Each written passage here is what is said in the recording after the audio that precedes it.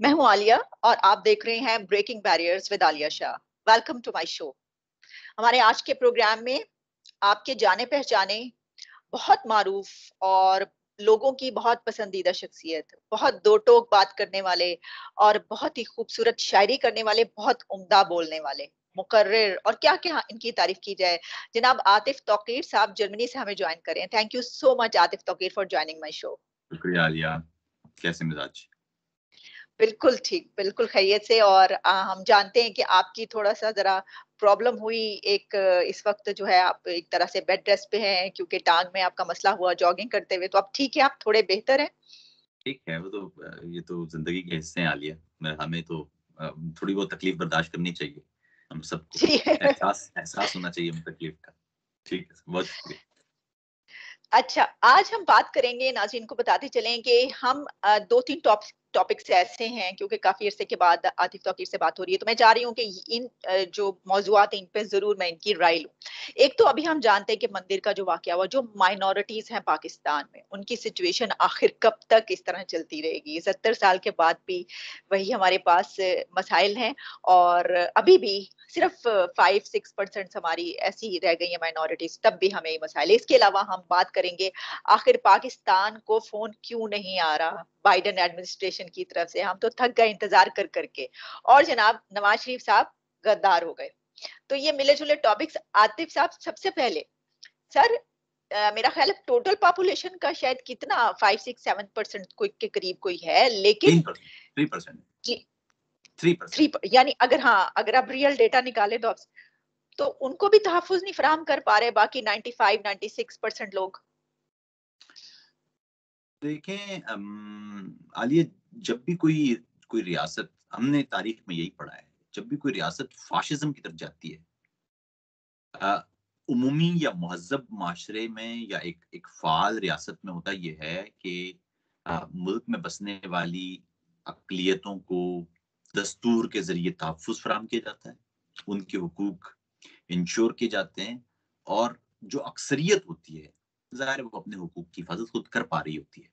तो असल में सबसे ज़्यादा जो दस्तूरी और कानूनी तमाम तर जो जो काम किया जाता है, जो फ्रेमवर्क बनाया जाता है, उसकी बुनियाद ये होती है कि उस मुल्क में बसने वाले अक़लियतों, छोटी बरादरियों जो आबादी के लिहाज़ से कम, उनको किस तरह से हम अपलिफ्ट कर सकते हैं ताकि वो बराबर आ जाएँ। उनके लिए मौक़े ज़्यादा पैदा किए जाएँ, उनके ये बुनियादी काम होता है। फ़ाशिस्ट रियासत में लेकिन जो भी फ़ाशिज़्म की तरफ जाएगी, मैं हिस्ट्री की बात कर रहा हूँ, वहाँ पर ऊपर बैठे हुए या सरकार या रियासत वो अक्सरियत को अक़लियत के खौफ में मुब्तला कर देती है। नाज़ी जर्मनी की मिसाल हमारे सामने है। यहाँ जर्मनों को ये बताया जाता था कि उनको यहूदियों से खतरा है। यहाँ जर्मनों को ये बताया जाता था कि उनको गैर जर्मनों से खतरा है। तो ये जो 1%, 2% या 3% या 4% लोग थे, इनसे खतरा बताया जाता था इस मुल्क की अक्सरियत को। और इसको जवाज़ देने के लिए, ज़ाहिर है इस नफ़रत को बढ़ाने के लिए, वो मज़ीद इस तरह का प्रोपेगेंडा करते थे। यहाँ लोगों पर हमले होते थे उसके नतीजे में। लोग यहूदियों पर थूका करते थे। आम जर्मनों जो जो नॉन जर्मन थे, अ, ज पा पा जो हिंदुस्तान के लोग या जो भी जर्मन नेटिव नहीं थे, उनके साथ उनको अब इंसान नहीं समझा जाता था। ये हमारे सामने की बात है ना। तो ये दुनिया भर में हम देखते हैं, जहाँ पर भी जो जो रियासत भी फाशिज्म की तरफ जा रही हो, वहाँ पर किसी न किसी नज़रिए की बुनियाद पर अक्सरियत को अक़लियत से खौफ में मुब्तला कर दिया जाता है। और वो फिर आप जानते हैं, फिर जब अक्सरियत को खौफ पैदा हो जाए अक़लियत का, तो अक़लियत तो बेचारे फिर अपना अपना दिफ़ा नहीं कर पाएगी ना।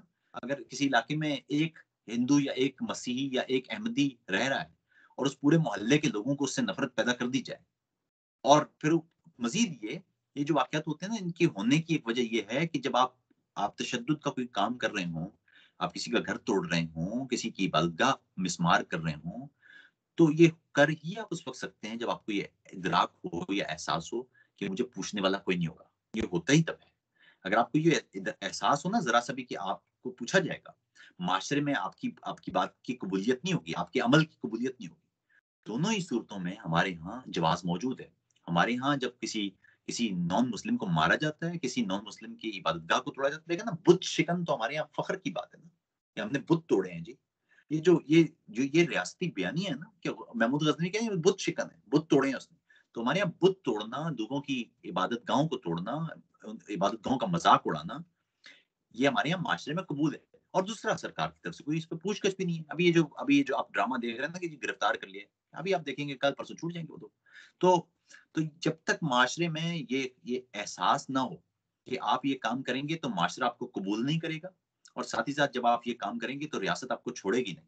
उस वक़्त तक माशरे में ये जो नफ़रत आपने बोई है अ, अक़लियतों के हवाले से, इसका नतीजा ये निकलना है, कोई कोई अछूती बात नहीं है। ये ऐसे ही होता है ऐसे माशरों में, जहाँ पर अक़लियत को अक्सरियत अक़लियत को अक्सरियत की जानिब से हर वक़्त खतरे का सामना हो, या अक्सरियत को अक़लियत का खौफ लाहिक हो जाए।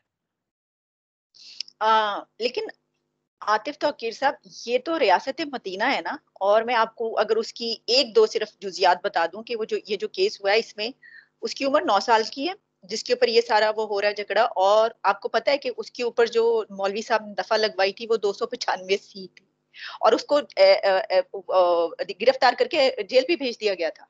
वो फिर मजिस्ट्रेट ने बाद में उसको जो है वो रिहा किया, और फिर जब उन्होंने ये देखा तो फिर उसके मंदिर पे हमला कर दिया।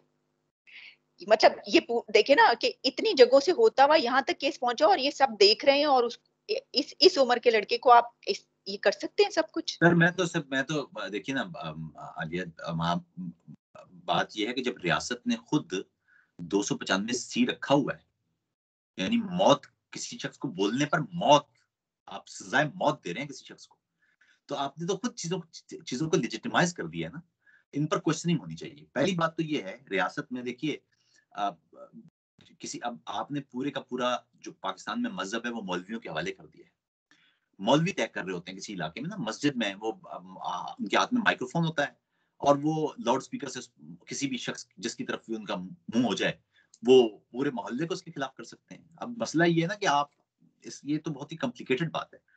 आप एक तरफ, जब, लेकिन इसकी खास बात ये समझ लीजिए, जब तक रियासत नहीं चाहती ना ऐसा कुछ करना, तो होता नहीं है। अब मौलवियों को मैं इसलिए दोष नहीं देता क्योंकि मौलवी बहुत छोटा इदारा है। मौलवी सिर्फ मुसलमानों की तारीख नहीं, इंसानों की तारीख में आपको मौलवी हमेशा ताकत के साथ नजर आएगा, ताकत के खिलाफ नजर नहीं आएगा।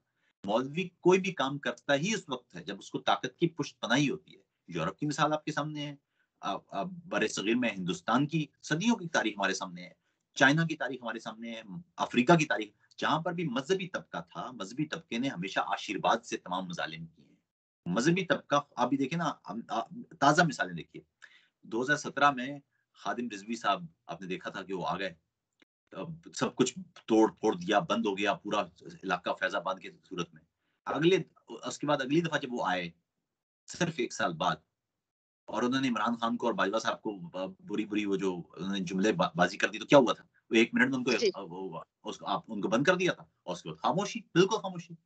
तो होता ही है कि जब तक आप चाहते नहीं है, होता नहीं है। आप ये जो देख रहे हैं ना, ये बच्चे, इससे पहले हमने देखा था इस्लामाबाद के करीब वो किसी कारी साहब ने वो एक बच्ची पर इल्जाम लगा दिया था कि उसने कुरान के सफ़े जला दिए। तो जी। कुछ भी किसी पे भी लगा सकते हैं ना ये।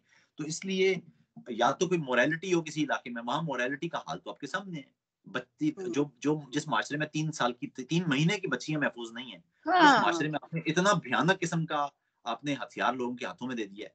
लिखा हुआ है जी कि हम्म। दानिस्ता तौर पर या गैर दानिस्ता तौर पर, शऊरी तौर पर या गैर शऊरी तौर पर किसी ने जुर्म कर दिया तो सज़ाए मौत होगी। अच्छा, हाँ, नादानिस्ता और गैर शऊरी भी लिखा हुआ है। हाँ, हाँ, आप वो ओ, पढ़िए ना, जो वो तो अगर आप पढ़ें तो अजीबो-गरीब, उसका तो वो टेक्स्ट है, वही समझ में आने वाला नहीं है। तो ख़ैर, तो ये जब तक रियासत चाहती नहीं है, ये काम होता नहीं है। ये रियासत, ये बच्चे, और ये तो इस्तेहसाल का शिकार होंगे। इसको रोक नहीं सकते आप। अच्छा।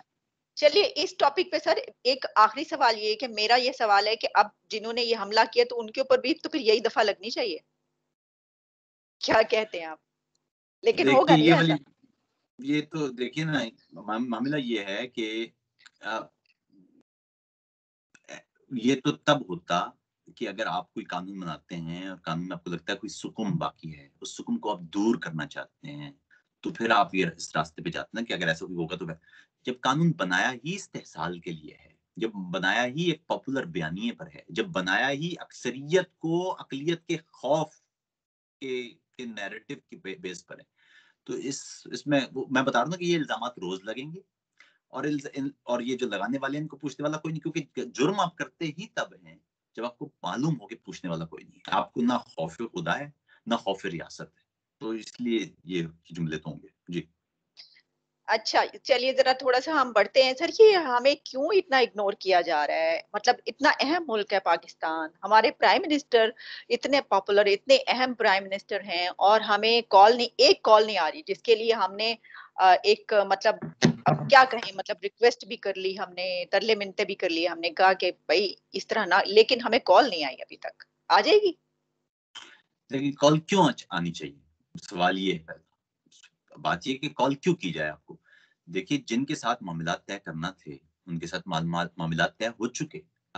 जब भी अमेरिका को कुछ चाहिए, तो अमेरिका पाकिस्तान में इस्लामाबाद से राब्ता क्यों करे? जबकि रावलपिंडी से राब्ता करके सब कुछ मिल सकता है। तो आप मुझे बताइए ना, अगर आपने देखा नहीं है दुनिया भर से जो वज़राए ख़ारिजा आते हैं, वो किससे मिलते हैं? क्योंकि सबको पता है, पूरी दुनिया को पता है कि रावलपिंडी के हाथ में सब कुछ है। इस्लामाबाद के पा वो जो है इस्लामाबाद में एक रस्मी सी मुलाकात होती है। उसकी कदर और कीमत तो नहीं होती। जो फैसला साज़ी है, आप बताइए, आप अगर अमेरिका की वज़ीर ख़ारिजा हैं और आपने पाकिस्तान से कोई काम लेना है, तो आप कहाँ जाएँगे? किससे बात करेंगी आप? आप बताइए। आप उसी से बात करेंगे जिससे आपको आपको पता होगा कि जो मैं काम जो क्योंकि at the end of the day तो लोगों ने अपने मफादात पूरे करने होंगे ना, तो मफादात इस्लामाबाद से तो पूरे नहीं हो सकते। तो इसलिए वो जो जिन्होंने फ़ोन करना था, उन्होंने जिसको फ़ोन करना था उन्होंने करके बात करके अपना काम कर लिया है। बाकी ये बाकी लोग तो शोर मचाते रहेंगे। तो जिसको फ़ोन करना था उनको करके बात हो चुकी है। बाकी लोग अपनी जगह पर रहेंगे। जी। सर, क्या ये आप क्या देख रहे हैं कि जो बिलावल भुट्टो हैं और साथ में हम देख रहे हैं मरियम नवाज़ भी हैं और फिर नवाज़ शरीफ साहब के साथ आप देख रहे हैं, उनको तो हमने गद्दार करार दे दिया, उस पे तो बाद में बात करते हैं। लेकिन ये किसका आपको नज़र आ रहा है अगला जो अच्छा वक़्त आता हुआ? अच्छा वक़्त तो मुझे लगता है कि देखिए ना, जो हमारे यहाँ अच्छा वक़्त ए पिछली 70 73 साल की तारीख में हमेशा अमेरिकी आशीर्वाद से आता है। ये बस है मामला। मुझे लगता है कि जो आइंदा अच्छा वक़्त है, वो अब शायद हुँ, पीपल्स पार्टी का आएगा, क्योंकि वो उसी रास्ते पर है, जिस रास्ते पर इक़्तिदार मिलता है। लेकिन ये तो ख़ैर वक़्त बताएगा। मुझे लगता है कि लेकिन अहम बात फिर भी समझ लीजिए, बात ये है कि बुनियादी तौर पर अवामी सतह पर अ, इससे पहले कभी इस अंदाज से खासतौर पर पंजाब में ये आवाज़ नहीं थी जो अब पैदा हो गई है। मुल्क में डेमोक्रेसी होनी चाहिए और अगर पीपल्स पार्टी की हुकूमत भी आती है या पीपल्स पार्टी और पीएमएल ये पीटीआई मिलके अगली हुकूमत बनाते हैं, तो भी मजमूई तौर पर जो इज्तिमाई शऊर है, इसका मतलब है कि उसमें इज़ाफ़ा ही होगा, ये आवाज़ें आगे चल के और बढ़ेंगी, जो जमहूरियत के लिए इस वक़्त आप आवाज़ें सुन रहे हैं। जी। ठीक। तो सर, ये 3 दफ़ा के प्राइम मिनिस्टर गद्दार हो गए, तो मतलब इसका मतलब ये हुआ कि हमने जो 30 साल तक पाकिस्तान पे हुकूमत रही, तो उसमें गद्दारी होती रही।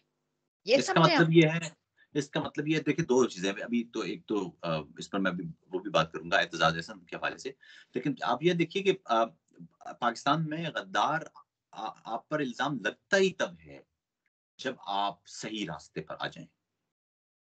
ये इल्ज़ाम पाकिस्तान में आज तक लगा ही नहीं है किसी दूसरे किसी किसी किसी गैर मुनासिब आदमी पे। ये मुनासिब आदमी पे ही लगेगा। इसका मतलब है कि जो नवाज़ शरीफ ने माज़ी में जो भयानक रास्ते, समझौते और गलतियाँ की हैं, वो एक तरफ, लेकिन इस वक़्त शायद वो अपने ऐसा नहीं कर रहे।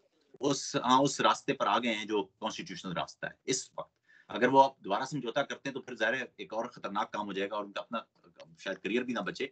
लेकिन और वो तारीख में तो ऐसे जो भी समझौता करने वाला शख्स होता है, अगर वो अपने उस रास्ते को तब्दील नहीं करता और अपनी इस्लाह नहीं करता, तो तारीख उसको रद्दी की टोकरी में फेंक के आगे बढ़ जाती है।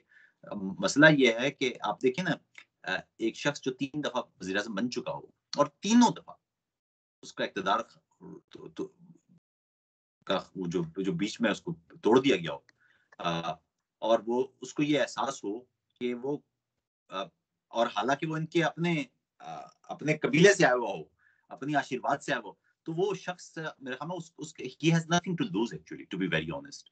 अब वो 3 दफ़ा प्राइम मिनिस्टर बनने के बाद आपके पास क्या रह जाएगा?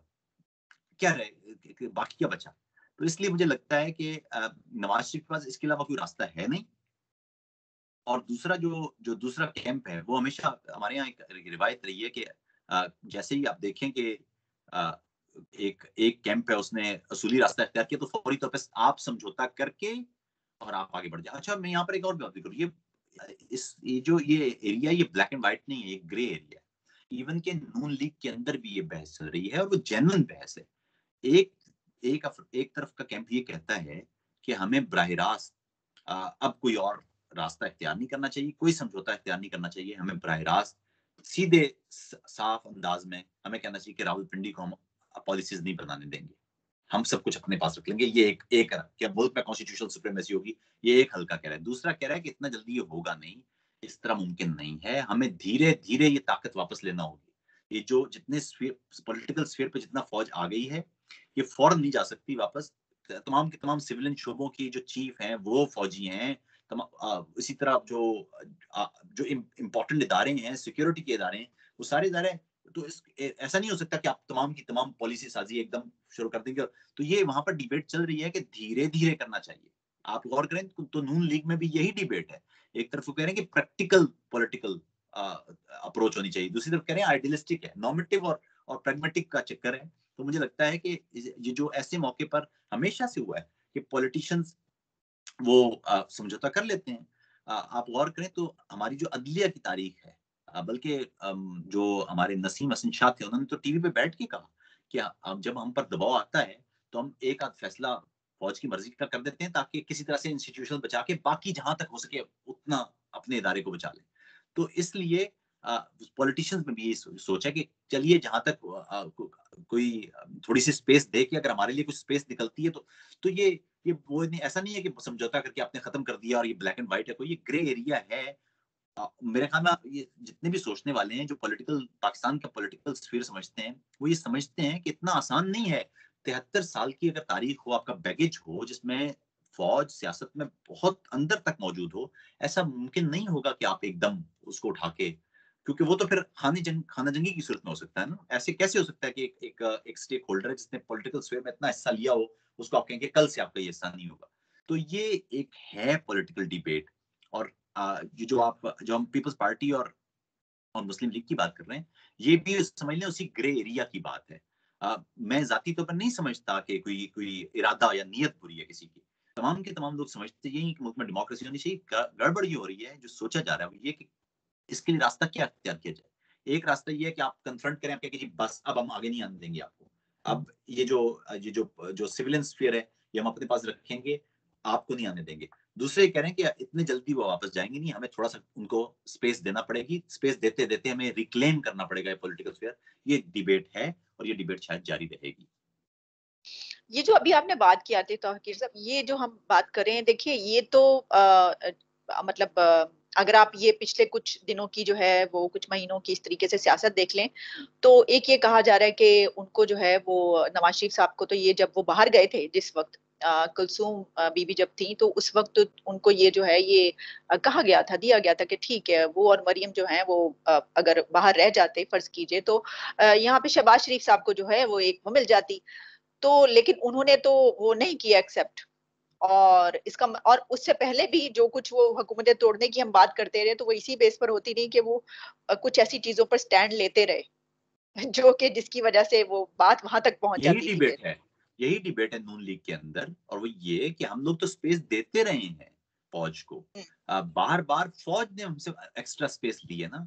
आप ये देखिए ना, ये फिर समझ लीजिए, जो प्रैक्टिकल पॉलिटिक्स और आइडियलिस्टिक पॉलिटिक्स, ये जो जो इस वक्त नैरेटिव का जो चक्कर है या जो लड़ाई है, ये जो आप कहते हैं ना शहबाज शरीफ और नवाज शरीफ के अंदर इख्लाफ, वो असल में इख्लाफ इसी को क्या है, इसी को कहा जाए। ऐसे ऐसा इख्लाफ नहीं है, इख्लाफ यही है। और वो हमें पॉलिटिकल एरिना में सभी इस पर गुफ्तगू भी कर रहे हैं। मामला ये है कि सर मेरा जो मेरा नवाज, मेरा अगर आप अगर अगर आप मेरा बिल्कुल छोटी सी एक बात भी साथ सवाल भी ले लें इसी में, क्योंकि इसी से वो ये कि मेरा सवाल ये कि चलिए जब नवाज शरीफ साहब को ऐसा एक नजर आ रहा था कि चलें इससे जो है वो सिस्टम भी पाकिस्तान में थोड़ा, जो इस वक्त इतना ज्यादा जो है वो तनाव इदारों के बीच और वो सब कुछ जो उस वक्त नजर आ रहा था, तो क्या ये उनको फैसला कर लेना चाहिए था कि हाँ ठीक है 3 मरतबा वो बन चुके हैं, तो लेकिन क्या भाई को अगर मिल रही थी, तो इसमें आपको लगता है कि ये फिर अंदर की भी वो चीज है, एक चपकलिश है, वरना उसमें आप क्या कहेंगे, इस पे क्या कमेंट करना चाहेंगे? प्लीज। देखिए मसला ये है कि नवाज शरीफ का कैंप ये समझता है कि अगर इस रास्ते पर चलते हैं तो पीएमएलएन की सियासत हमेशा के लिए खत्म हो जाएगी। ये बड़ी क्लियर बात है कि अगर नवाज शरीफ और मरियम नवाज रह जाते हैं बाहर डील करके, पीएमएल की सियासत तो फिर खत्म हो जाएगी। ये बिल्कुल क्लियर बात है। तो ये बड़ी ऐसा नहीं है कि वो डील ले लेंगे और फिर भी पीएमएल चलती रहेगी, मुमकिन नहीं है। क्योंकि दूसरी बात ये, मैं फिर जो मैं बात कर रहा था वो फिर वहीं पे जाना पड़ेगा। नवाज शरीफ ने अपने इस दौर में भी काफी सारे समझौते किए हैं। जैसे परवेज रशीद का हटाना था या दीगर मौके पर भी ये, और कुछ मौके पर उन्होंने समझौते नहीं किए, जैसे राहेल शरीफ की एक्सटेंशन नहीं दी और तो इस अंदाज के कुछ समझौते नहीं किए। यमन में फौज भेजने का मामला था, वहां पर भी समझौता नहीं किया। तो कुछ चीजें ऐसी थी जो जो और ये हमेशा होता रहा है नवाज शरीफ के दौर में, हमेशा ये होता रहा है कि वो कोशिश करते रहे कि मैं जो पॉलिटिकल स्फीयर है वो किसी तरह से ज्यादा क्लेम कर लूं अपने पास, और यही हमेशा कशीदगी भी रही है नवाज शरीफ के साथ। हालांकि नवाज शरीफ तो आए ही इस कैंप से थे, लेकिन वो ही समझते हैं कि जब मैं प्राइम मिनिस्टर हूं तो मेरे पास ये स्पेस होनी चाहिए। दूसरी तरफ जैसे बेनजीर भुट्टो थी, वो अपनी स्पेस लेती रही हैं, वो अपनी स्पेस हमेशा लेती रही हैं, और यही वजह है कि उनको चलने भी नहीं दिया जाता। लेकिन इस वक्त जो हालात हैं वो ये है कि आप पूरी की पूरी स्पेस हवाले कर दें, पूरी की पूरी स्पेस आप बना लें सब कुछ। तो इस वक्त ऐसे में पॉलिटिकल जो जो जो डिस्कशन है वो ये हो रही है कि इस वक्त जो हालात है उसमें थोड़ी सी स्पेस अगर पॉलिटिकल स्फीयर को मिलती है, सिविलियन स्फीयर को मिलती है, सिविलियंस को मिलती है, और फौज को थोड़ा सा पीछे किया जाता है, और किसी हद तक वापस हम उस तरफ जाते हैं कि इस हालत से बाहर निकल जाएं, तो ये बेहतर होगा। लेकिन दूसरी तरफ ये है कि इससे फर्क नहीं पड़ेगा, वो फिर आ जाएंगे। तो इसलिए एक दफा हतमी तौर पर लड़ाई हो, या यूं समझे कि बाकायदा इंगेज किया जाए और कहा जाए कि अपने अपने दायरे में रहें। तो ये मेरे ख्याल में ये डिस्कशन है और ये चलती रहेगी भी कुछ अरसे तक, जिसका देखते हैं कि क्या नतीजा निकलता है। अच्छा, ठीक। लेकिन आप क्या समझ रहे हैं कि इमरान खान का क्या मुस्तकबिल क्या देख रहे हैं? जो मौजूदा प्राइम मिनिस्टर है, उनका क्या मुस्तकबिल देख रहे हैं? इस हुकूमत के बाद अगर वो अपनी टर्म पूरी करते हैं, ये भी बता दीजिएगा, आपको लग रहा है कि पूरी, मुझे तो ऐसे ही लग रहा है कि पूरी करेंगे ये टर्म। देखिए, पाकिस्तान में अब तक किसी ने टर्म पूरी नहीं की है, तो ये रिकॉर्ड मुझे नहीं लगता कि टूट पाएगा। पाकिस्तान में अच्छा। आज तक कभी ये हुआ नहीं कि किसी ने पूरी की हो। पूरी हमारे यहाँ सिर्फ वही कर सकता है जो गैर कानूनी तरीके से आया हो। हमारे यहाँ 10 साल आमिर बगैर इलेक्शन के आता है, वो 10 साल रहता है, और जो इलेक्शन लड़ के आता है वो 3 साल 4 साल में उसको फारिग कर दिया जाता है। तो मेरे ख्याल में मुझे लगता है कि शायद ना हो, लेकिन ठीक है, अगर हो भी तो भी इसलिए फर्क नहीं पड़ता ज्यादा कि इस वक्त जो आप जानते हैं कि सिविलियन पॉलिसी मेकिंग में बिल्कुल शायद उनकी वो, या कम से कम परसेप्शन यही है, आलमी सतह पर परसेप्शन इस वक्त यही है कि पाकिस्तान में जो फैसला है वो सिविलियंस नहीं कर पा रहे हैं। ये इस वक्त आलमी सतह पर परसेप्शन है। और वो आप जो जो डेमोक्रेसी इंडेक्स है या फ्रीडम इंडेक्स है, वो सब देख सकते हैं, आपको पता चल जाएगा कि पाकिस्तान की पोजीशन कितनी पीछे चली गई है। तो इसलिए आगे जाके मुझे लगता है कि लेन देन तो होगा, समझौते तो फिर होंगे। इतना आसानी से ये जो अफरेत है ये कैद नहीं हो सकता, इसको बहुत वक्त लगेगा। लेकिन जाहिर है ये एक कंटिन्यूस एक बड़ी मुसलसल जद्दोजहद है, ये जारी रखनी पड़ेगी पॉलिटिकल फोर्सेस को। आपने खान साहब का मुस्तकबिल के बारे में नहीं बताया। देखिए, मुस्तकिल मैंने आपको इससे पहले बता दिया था कि याद रखिए कि जो भी समझौते करेगा और बाज या तायब नहीं होगा, बाज नहीं आएगा, उसके लिए तारीख ने रद्दी की टुकड़ी रखी हुई है, उसमें वो तारीख उसको फेंक के आगे बढ़ जाती है। ये सदियों से यही असूल है। तो अगर वो अगली हुकूमत ले भी लें तो उसके आगे क्या होगा, उसके आगे क्या हो जाएगा? वक्त की जो जो जो जो अहद है उसमें 5 साल 10 साल की कोई कहानी नहीं होती, और कौमों की तारीख में भी 5-10 साल की कोई कहानी नहीं होती, वक्त लगता है। हाँ, सबको खुद ही तय करना चाहिए। हाँ, सबको खुद तय करना चाहिए कि वो अब किस तारीख के किस सफ़े पर आ गए। उन्होंने सफ़र क्या शुरू किया था, वो कहाँ पहुँच गए। ठीक, बहुत-बहुत शुक्रिया आतिफ तौकीर साहब। Thank you so much for your precious time. Thank you so much. Thank you, आदाब। Thank you, thank you.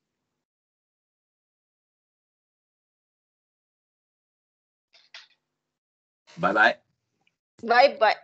Thank you Atif, thank you so much. आदाब, बहुत-बहुत शुक्रिया शुक्रिया। आपका। जिंदाबाद। बाय-बाय। ठीक है? दोबारा भी बात होगी। बाय-बाय। ओके।